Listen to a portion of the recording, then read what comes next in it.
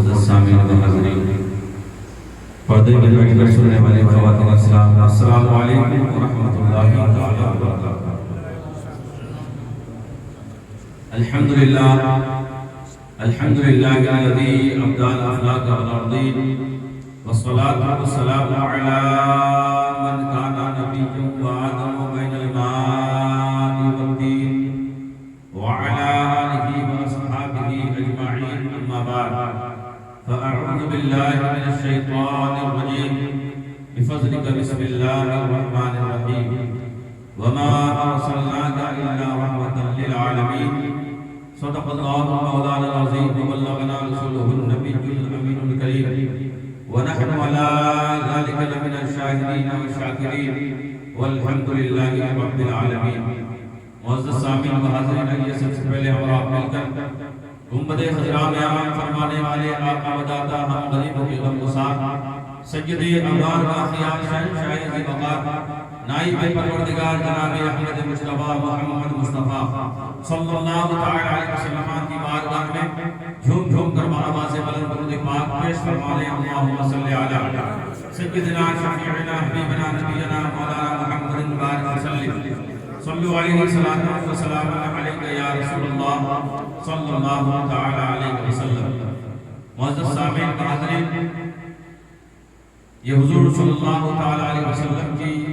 آمد کا مبارک مہینہ چل رہا ہے،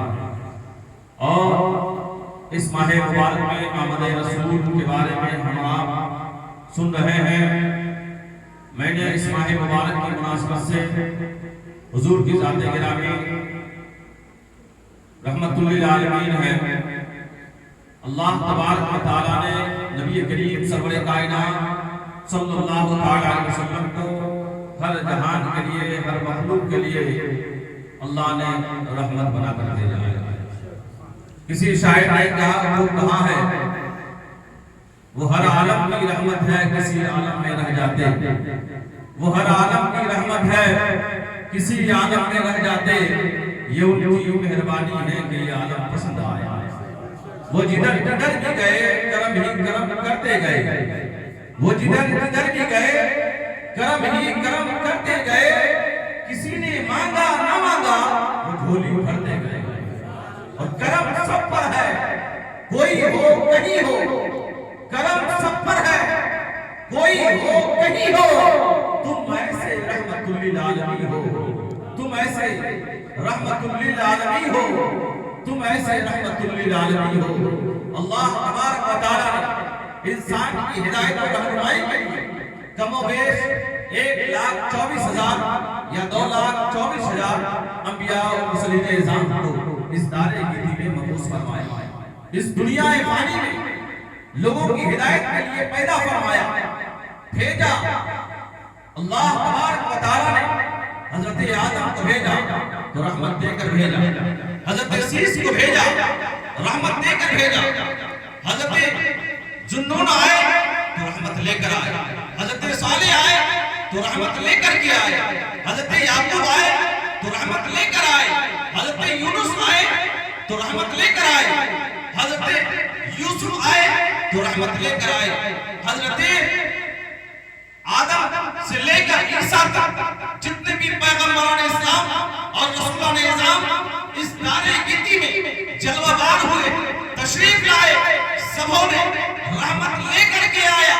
سب حضرت آدم سے لے کر کے عیسیٰ تک جو بھی آئے رحمت لے کر کے آئے۔ لیکن اللہ تبارک و تعالیٰ نے جب اپنے محبوب کو اس دنیا میں بھیجا، جب اللہ تبارک و تعالیٰ نے سرور کائنات کو اس دارے گیتی میں مبعوث فرمایا، جب اللہ تبارک و تعالیٰ نے نبی کریم سرور کائنات کو اس دنیا میں لوگوں کی ہدایت و رحمت، ہدایت و رشد و ہدایت کو پیکر بنا کر کے اس دنیا میں بھیجا، تو اللہ تبارک و تعالیٰ نے صرف انسان کے لیے نہیں بلکہ اللہ تبارک و تعالیٰ نے ہر مخلوق کے لیے